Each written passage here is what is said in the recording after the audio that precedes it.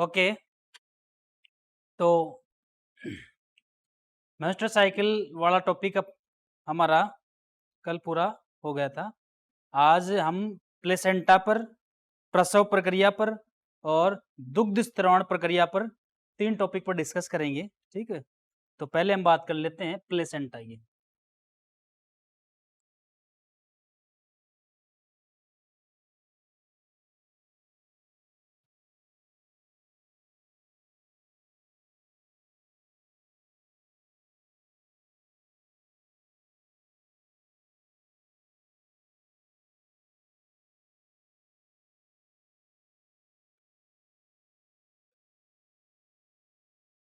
Placenta या अपरा, इसको आप अपरा भी कह सकते हो।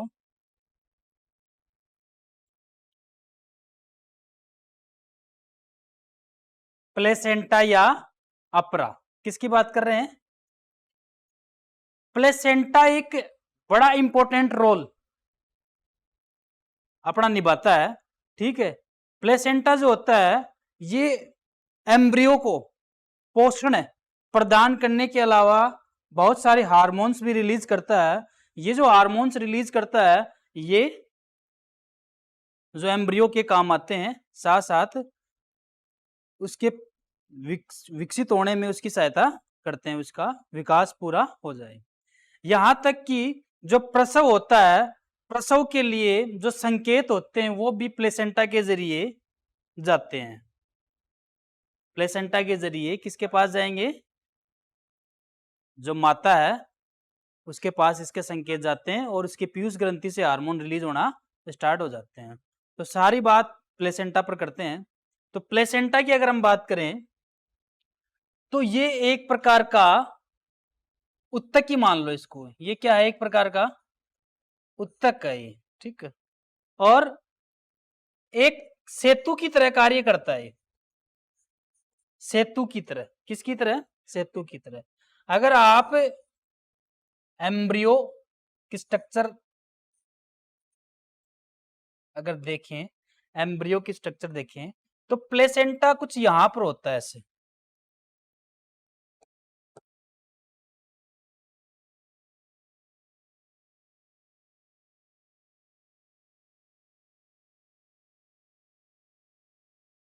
प्लेसेंटा कुछ यहां पर होता है और ये नाभि रज्जु होता है जो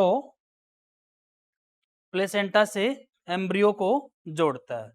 तो प्लेसेंटा ये होता है, अपरा ये होती है, और इसको आप क्या कहते हो? नाभि रज्जु। क्या कहते हो?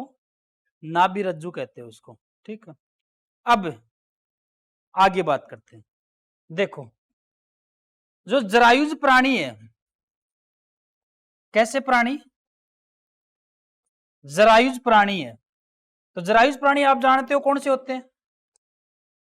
जरायुज प्राणी कौन से होते हैं? जो बच्चे पैदा करते हैं, अंडे नहीं देते हैं। अंडे देने वाले अंडज और बच्चों को पैदा करने वाले जरायुज। तो मानव कैसा प्राणी है? जरायुज है, ये अंडज प्राणी नहीं है। तो जरायुज प्राणी जो होते हैं इनके अंदर जो पित्तक होता है इसकी मात्रा कम होती है। किसकी मात्रा कम होती है? पित्तक की मात्रा कम होती है। जरायुज प्राणियों के अंदर पित्तक जैसे आपने एग देखा है ना, एग के अंदर जो पीला भाग होता है वो एक प्रकार का पोषक उत्तक होता है भ्रूण के लिए। तो ये सभी जातियों में होता है। मानव जाति के अंदर जो अंडाशय होता है उसमें भी पित्तक की मात्रा होती है। ठीक है, तो पित्तक उसका जो ओवम होता है, सॉरी अंडाशय नहीं, ओवम जो होता है उसमें भी पित्तक की मात्रा होती है। लेकिन जो जरायुज प्राणी होते हैं उनमें पित्तक की मात्रा कम होती है। इसलिए ऐसे प्राणी जो गर्भाशय के बाहर या फिर आउटसाइड द बॉडी के बाहर बच्चे को पोषण नहीं दे सकते। जैसे अंडे में बच्चे को पोषण मिलता है, वैसे मानव जाति के अंदर ऐसे एम्ब्रियो को बाहर पोषण नहीं मिल सकता है। उसको 9 महीने जो पोषण है वो अपनी माता से ही लेना होगा। 9 महीने तक उसको पोषण किससे लेना होगा? माता से ही लेना होगा। ठीक है, तो ऐसी कंडीशन जब आ जाती है तो एक अनुकूलन पैदा हो जाता है। एक अनुकूलन पैदा हो जाता है किस किस के बीच में? बच्चे एम्ब्रियो और मदर के बीच में, यानी भ्रूण और माता के बीच में एक क्या पैदा हो जाता है? अनुकूलन। इस अनुकूलन का नाम ही क्या होता है? अपरा या प्लेसेंटा। अपरा या प्लेसेंटा। अब अपरा बनता कब है? जब एम्ब्रियो पूरा बन जाता है तब थोड़ी बनता अपरा, नहीं, ये तो दिखा रखा है डायग्राम में। अपरा बनता कब है? जैसे मान लो ये हम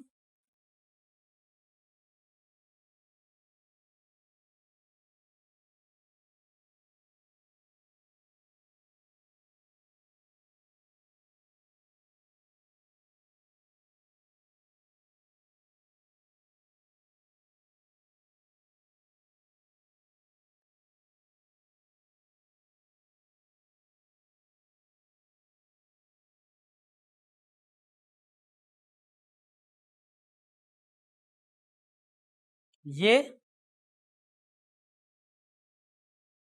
फीमेल रिप्रोडक्टिव सिस्टम है और यहां पर कोरक पुट्टी आ गई।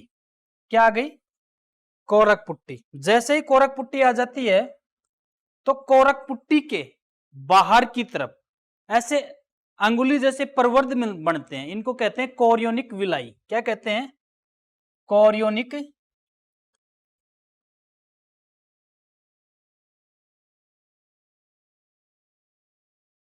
Chorionic villi. इनको क्या कहते हैं? Chorionic villi. इन कोरियोनिक, ये छोटे छोटे कोरियोनिक विलाई बन जाएंगे यहाँ पे। इन जैसे मान लो ये है और इसमें ऐसे कोरियोनिक विलाई बन गई। ठीक है, कोरियोनिक विलाई बन गई। ये कोरियोनिक विलाई जो एंडोमेट्रियम की जो लेयर है उसके अनुरूप, कोरियोनिक विलाई के अनुरूप एंडोमेट्रियम की जो लेयर है उसके अंदर ऐसे गर्त बन जाएंगे ऐसे, और ये इसके अंदर आके आड़ लेगा ऐसे, साथ कनेक्शन बन जाएगा एक। और ये जो पूरा कनेक्शन बन जाता है इसी को आप क्या कहोगे? प्लेसेंटा। क्या कहोगे? और उससे फिर नाभि रज्जु का निर्माण होता है। नाभि रज्जु से, जो नाभि रज्जु होती है वो बच्चे की कहाँ जुड़ी रहती है? नाभि से। कहाँ जुड़ी रहती है?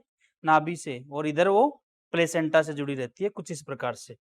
ठीक है, ये तो हो गया आपका प्लेसेंटा के स्ट्रक्चर के बारे में हमने थोड़ी सी बातें कर ली। अब बात ये आती है कि प्लेसेंटा का काम क्या होता है। तो देखो प्लेसेंटा का बड़ा इंपॉर्टेंट रोल होता है। प्लेसेंटा का बड़ा इंपॉर्टेंट रोल क्या होता है कि ये प्लेसेंटा जो होता है ये कनेक्शन है एक बिटवीन मदर और एम्ब्रियो के बीच का। मदर और एम्ब्रियो के बीच का एक कनेक्शन है ये। ठीक है, तो अब क्या होगा? ये 9 महीने तक जो बच्चा माँ के गर्भ में रहता है, क्या भाई उसको खाना पीना नहीं चाहिए? चाहिए। क्या वो अपने अपशिष्ट पदार्थ नहीं छोड़ता? छोड़ता है। तो ये जो सारी चीजें हैं ये उसकी कहाँ से तो बाहर निकलेंगी और कैसे उसके पास जाएंगी? तो उसको पोषण कब मिलेगा? जब माता जो भी पोषण ग्रहण करती है, चाहे अच्छा पोषण ग्रहण करे चाहे वो बेकार, बेकार तो पोषण में आएगा ही नहीं। ठीक है, चाहे अच्छा भोजन खाए या बेकार, वो सारा उसके ब्लड के जरिए इस प्लेसेंटा से होता हुआ किसके पास पहुंच जाएगा? एम्ब्रियो के पास। किसके पास?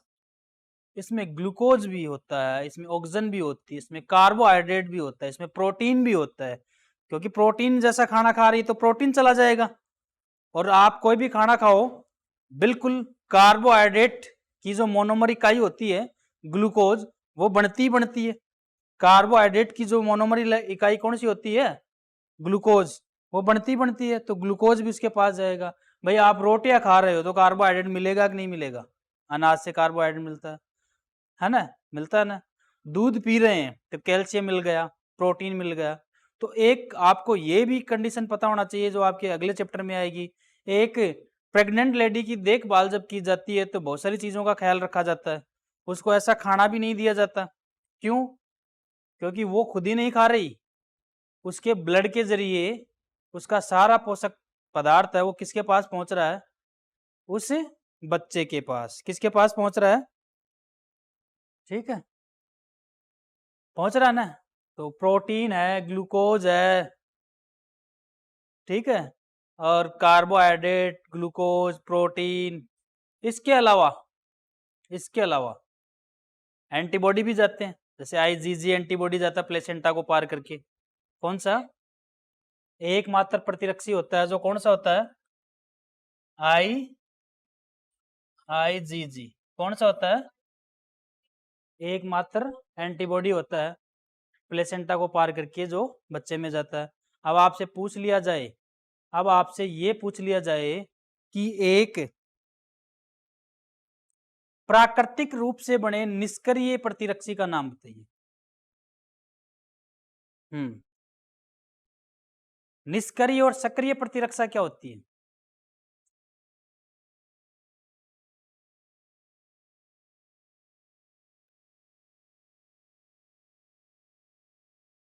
देखो, सक्रिय प्रतिरक्षा वो होती है जैसे आपकी बॉडी के अंदर जो एंटीबॉडी बन रहे हैं वो तो सक्रिय प्रतिरक्षा में जाएंगे, और जो बाहर से बने बनाए एंटीबॉडी आपके लिए भेजे जाते हैं, जैसे मान लो सांप ने काट लिया, तो सांप ने काट लिया तो अब आपकी बॉडी के अंदर एंटीबॉडी बनने के लिए 1 महीने का वेट थोड़ी किया जाएगा, क्योंकि अगर मान लो कोबरा जैसे सांप ने काटा आपको, ऐसा नहीं हो, लेकिन अगर मान लो गलती से भी काट लिया तो 45 मिनट में तो काम तमाम, है ना?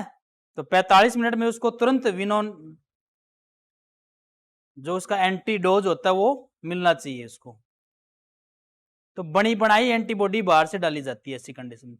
कुत्ते ने काट लिया, रेबीज वायरस बॉडी के अंदर चला गया, अब कुत्ते के काटने के बाद महीने भर तक का वेट थोड़ी किया जाएगा, इतनी देर में तो क्या होगा, जो रेबीज वायरस है वो ब्रेन में चला जाएगा और फिर आदमी पागल हो जाएगा, न्यूरॉन्स प्रॉब्लम आ जाएगी।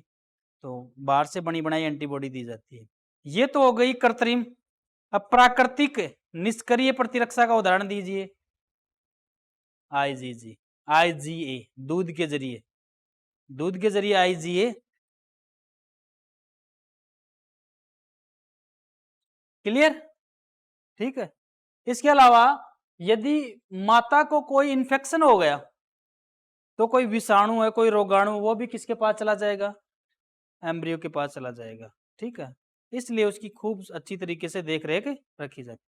अदरवाइज जो एम्ब्रियो है वो उसके पास यदि ऑक्सीजन आ रही है और ऑक्सीजन से वो उसको यूज लेके अपने उसका ऑक्सीडेटिव होने के बाद जो CO2 बाहर निकलती है, ये CO2 जब बाहर आ रही है तो ये कोई कैसे आएगी? उसी के माता के ब्लड में CO2 आ जाएगी और खुद की CO2 के साथ उसकी CO2 भी बाहर हो जाएगी।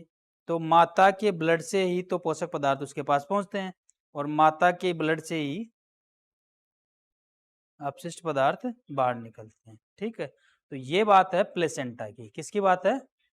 तो बात मेरे ख्याल से समझ में आ गई होगी आपको कि जो जरायुज प्राणी होते हैं उनमें पित्तक की मात्रा कम होती है, इसलिए गर्भाशय के बाहर उनका विकास नहीं हो सकता।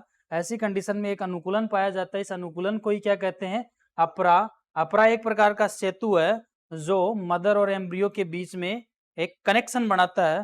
ठीक है, अपरा जो होता है वो एक तस्त्रीनुमा संरचना है। कैसी होती है? अच्छा, अपरा जो है वो प्रेग्नेंट होने के साथ ही बढ़ना स्टार्ट हो जाता है और जिस दिन प्रसव हो जाता है उस दिन अपरा भी बाहर आ जाती है। अपरा बाहर आ जाती है। हाँ, अपरा बाहर आ जाएगी।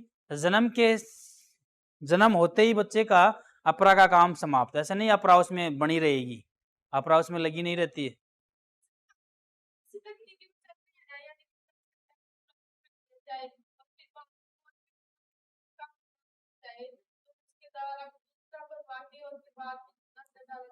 प्रत्यारोपण जैसी टेक्निक है, स्टेम सेल्स भी होती हैं उसके अंदर। अगर जो बनता है तो इसके अंदर स्टेम सेल भी होती हैं, काम में ले ली जाती है। ठीक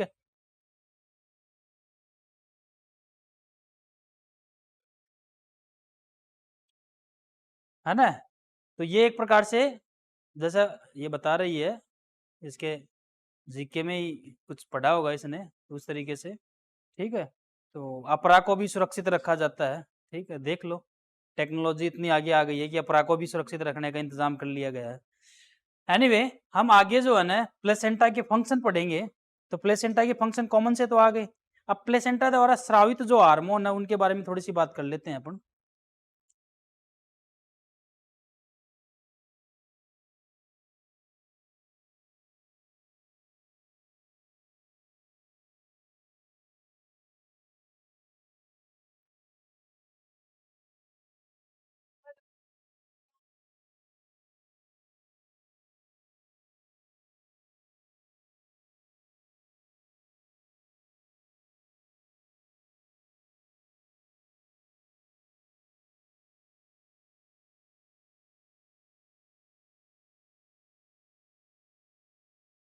अब इससे इसके द्वारा प्लेसेंटा के जरिए जो हार्मोन स्रावित होते हैं वो कौन से होते हैं?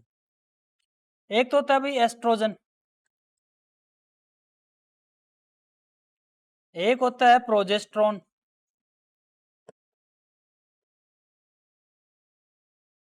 ठीक है, एक होता है human chorionic gonadotropin hormone, human chorionic gonadotropin hormone. एक जो होता है वो होता है human placental lactogen hormone. Placental यानी अपरा बोल सकते हो आप इसको, ह्यूमन अपरा लैक्टोजन हार्मोन। एक जो होता है वो होता है रिलैक्सिन,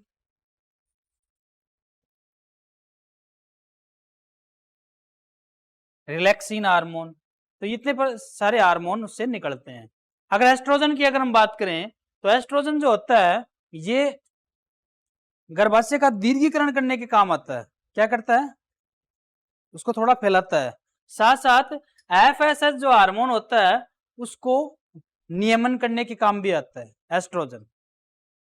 प्रोजेस्टेरोन की अगर हम बात करें तो प्रोजेस्टेरोन तो बड़ा इंपॉर्टेंट रोल करता है। कुछ टाइम तक तो ये किससे निकलता है? किससे निकलता है? कुछ टाइम तक तो ये प्रोजेस्टेरोन हार्मोन है वो कार्पस ल्यूटियम से निकलेगा और उसके बाद में ये किससे निकलना स्टार्ट हो जाएगा? प्लेसेंटा से। किससे?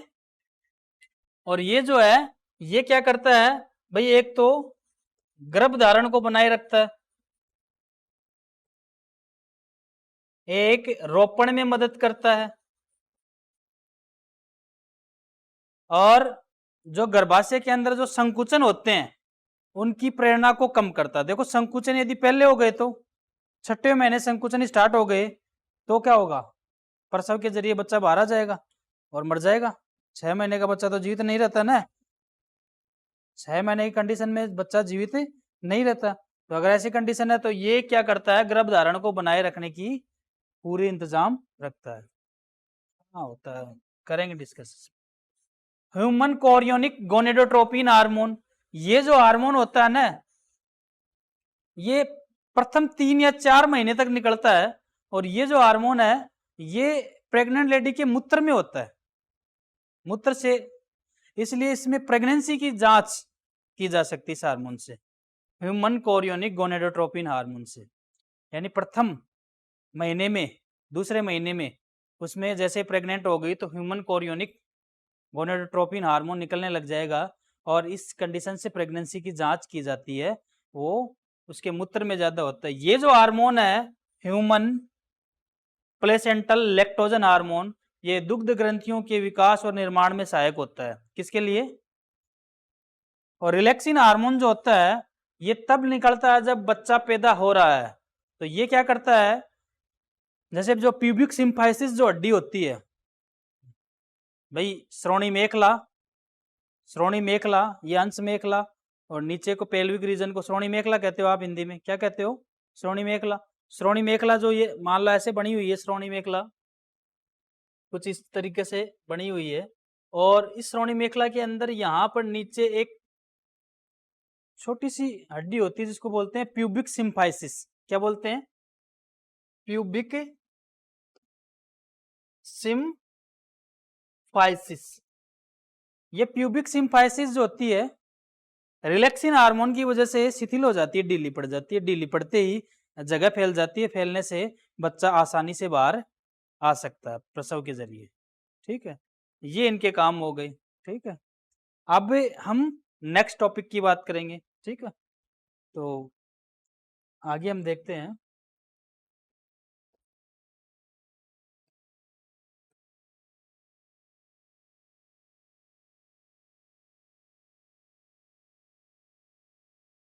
इतना समझ में आओगे?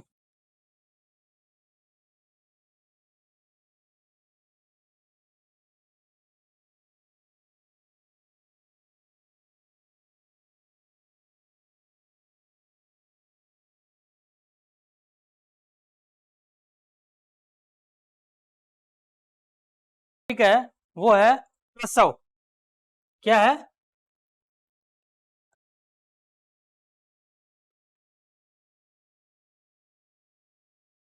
देखो, प्रसव जो है ये एक प्रकार की यांत्रिक क्रिया हो गई। कैसी हो गई? यांत्रिक क्रिया हो गई। ठीक है, प्रसव के अंदर क्या होता है कि पूर्ण विकसित गर्भ, जब गर्भ पूर्ण रूप से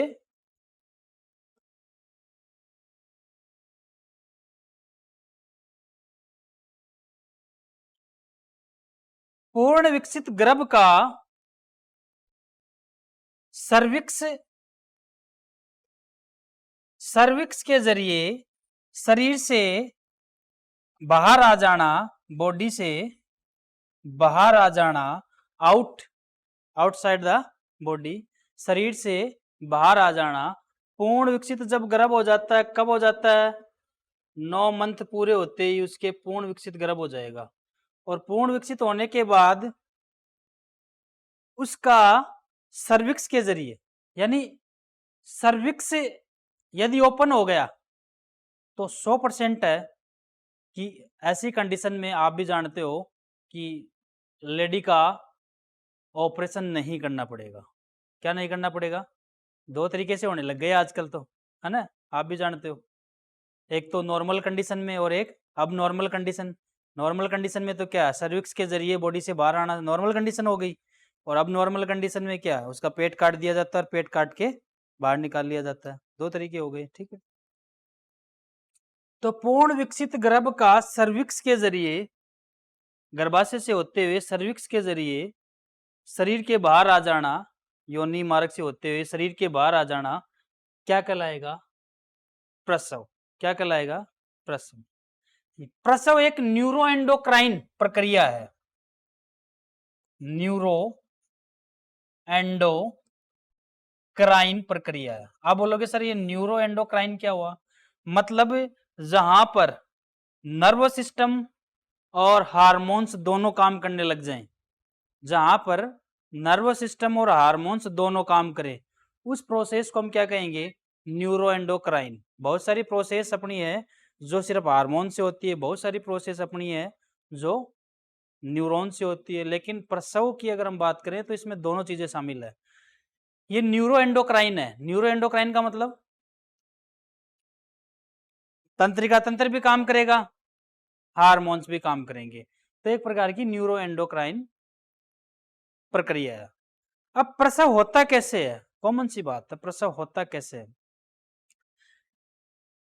जब गर्भ पूर्ण रूप से विकसित हो जाता है, तो पूर्ण विकसित गर्भ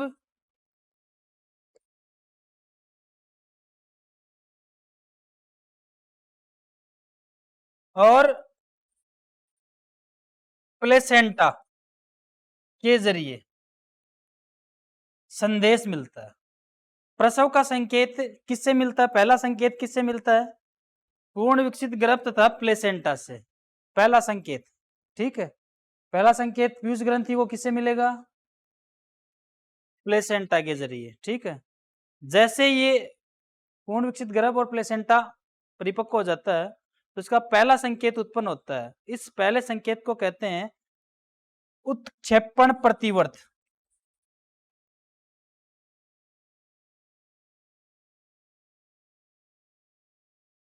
क्या कहते हैं? क्या कहते हैं? उत्क्षेपण प्रतिवर्त क्या कहते हैं? अब ये जो प्रतिवर्त है एक प्रकार की रिफ्लेक्स क्रिया है। प्रतिवर्त का मतलब क्या समझते हो आप? जैसे मान लो मैंने यहाँ पे मारा और फिर बैक साइड में, जैसे हाथ को मारते हैं तो बैक साइड में थोड़े से आने की कोशिश करता है ना, या फिर गर्म वस्तु को छुआ और तुरंत हाथ पीछे हटा लिया, तो ये एक प्रतिवर्त, ये भी एक प्रतिवर्त है। तो यहां से ये जैसे ही सिग्नल जाते हैं तो ये चले जाते हैं भाई किसके पास? ये चले जाते हैं किसके पास? ब्रेन के पास। किसके पास? ब्रेन के पास। और जो पीयूष ग्रंथि होती है वो ऑर्डर दे देती है कि ऑक्सीटोसिन हार्मोन निकल जाए। कौन सा हार्मोन? मतलब पीयूष ग्रंथि से कौन सा हार्मोन निकलना स्टार्ट हो जाएगा? ऑक्सीटोसिन।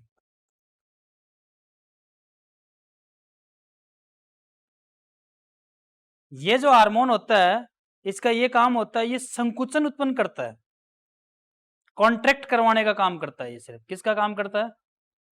और ये हार्मोन अब आ जाएगा कहां पर? गर्भाशय की दीवारों के पास। कहां जाएगा? गर्भाशय की दीवारों के पास। ठीक है, और गर्भाशय की दीवारों में कॉन्ट्रैक्ट करवाएगा, और जैसे कॉन्ट्रैक्ट करवाएगा तो ये उसके प्रसव पीड़ा स्टार्ट,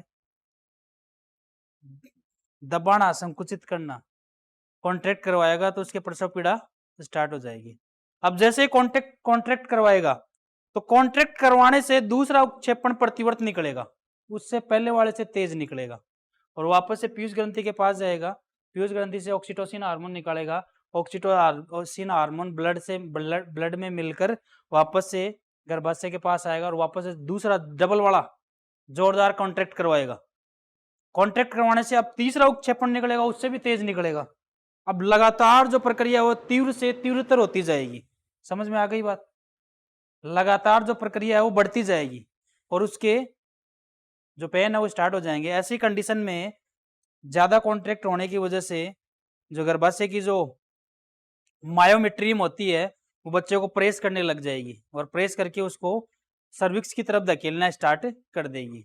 और सर्विक्स की तरफ जब बच्चा जाने लग जाएगा तो जैसे ही सर्विक्स का मुंह खुल जाता है तो बच्चा आसानी से शरीर के बाहर आ जाता है। इस क्रिया को हम क्या कहते हैं? प्रसव क्रिया। क्या कहते हैं? क्लियर? समझ में आ गई बात? एक टॉपिक और बचा है हमारा इस चैप्टर के अंदर, और वो अब पूरा कर लेते हैं। एक छोटा सा टॉपिक है, उसको ओरल समझा देता हूं मैं, सुन लो। एक है स्टेम सेल के बारे में पूछ लेते हैं कभी कभी। कौन से सेल के बारे? स्टेम सेल के बारे में। तो आप स्टेम सेल के बारे में क्या बताओगे? कि जो अंतरकोशिका समूह बना था ना, वो धीरे धीरे 3 प्रकार के उत्तकों में बदलता है, एक्टोडर्म, एंडोडर्म, मेसोडर्म, 3 प्रकार के। अब ये जो उत्तक बनते हैं इनकी जो कोशिकाएं होती है वो स्टेम कोशिकाएं होती हैं।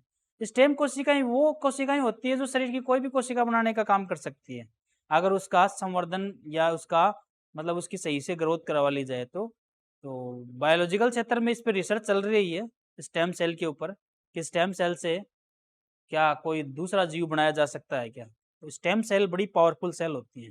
ठीक है, एक टॉपिक और बचा आपका दुग्ध स्त्रावण। कौन सा बचा? तो इसी को और देख लेते हैं हम, दुग्ध स्त्रावण वाले को। इस चैप्टर का लास्ट टॉपिक है और ये चैप्टर इसी के साथ खत्म हो जाएगा अपना। ठीक है, हम बात करते हैं दुग्ध स्त्रावण की। ठीक है, तो दुग्ध स्त्रावण की अगर हम बात करें तो दुग्ध का जो संश्लेषण है वो तो देखो, दुग्ध का जो संश्लेषण है वो तो करता है प्रोलैक्टिन। कौन सा हार्मोन करता है?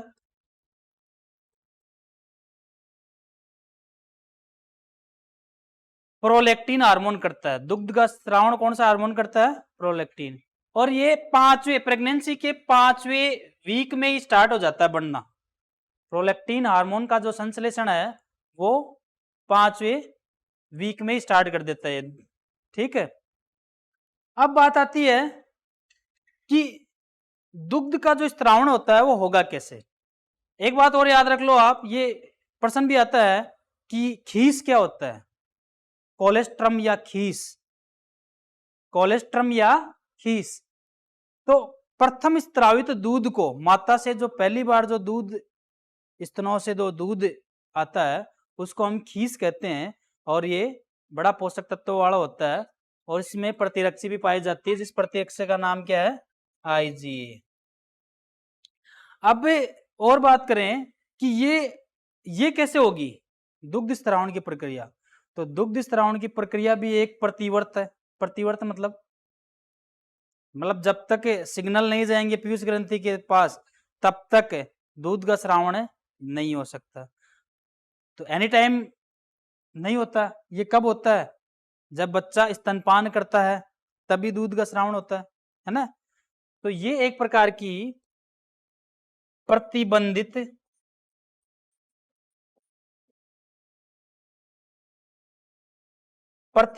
प्रतिवर्त है। ये कंडीशनल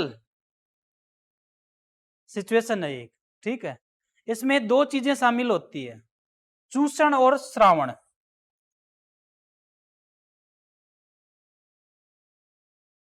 चूषण और निष्कासन। चूषण और निष्कासन। ओके।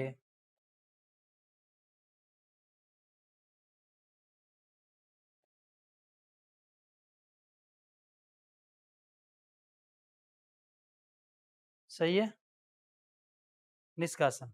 ठीक है, चूषण और निष्कासन दो प्रक्रियाएं शामिल रहती है। क्या होता है जब बच्चा स्तनपान करता है, क्या करता है? तो बच्चा क्या करेगा, माता के जो स्तन है उनके जो, जिसको आप पहले समझा दिया, जिसको आप निप्पल बोलोगे, क्या बोलोगे? निप्पल को अपने मुंह में रखेगा और उसको चूसना स्टार्ट करेगा। जैसे ये काम होता है तो एक आवेग उत्पन्न होता है। क्या उत्पन्न होता है? एक तंत्रिकीय आवेग जो स्तनों से लेकर कहां तक होता है? ब्रेन तक होता है। एक आवेग उत्पन्न होता है और ये आवेग किसके पास चला जाता है? पीयूष ग्रंथि के पास। किसके पास चला जाता है? और पीयूष ग्रंथि जो होती है वो ऑक्सीटोसिन हार्मोन निकालेगी। ऑक्सीटोसिन हार्मोन का आपको एक ही काम याद है, क्या? कॉन्ट्रैक्ट करवाना। और ये ऑक्सीटोसिन हार्मोन जो होता है वो स्तनों तक आएगा और स्तनों को कॉन्ट्रैक्ट करवा देगा अंदर से। जैसे कॉन्ट्रैक्ट करवाएगा तो दूध जो है दुग्ध ग्रंथियों से निकलकर दुग्ध वाहिनियों में आ जाएगा और बच्चा इसका स्तनपान कर लेगा। ये दुग्ध स्रावण की प्रक्रिया होती है। क्लियर? समझ में आ गई बात? तो एक प्रकार की प्रतिबंधित प्रतिवर्त है जिसमें इस तरीके से एक कंडीशन लागू होती है। कंडीशन कौन सी? जब चूषण करेगा तभी क्या होगा? निष्कासन होगा। चूषण नहीं होगा तब तक निष्कासन नहीं होगा, क्योंकि चूषण करने से तंत्रिकीय आवेग उत्पन्न होंगे और पीयूष ग्रंथि के पास जाएंगे और पीयूष ग्रंथि ऑक्सीटोसिन हार्मोन को रिलीज करेगी। ऑक्सीटोसिन हार्मोन ब्लड से मिलता हुआ जब इसके पास आएगा तो स्तनों के अंदर कॉन्ट्रैक्ट होगा। कॉन्ट्रैक्ट होने से दूध का निष्कासन शुरू हो जाएगा। क्लियर? तो ये आपका चैप्टर कंप्लीट। ठीक है, धन्यवाद।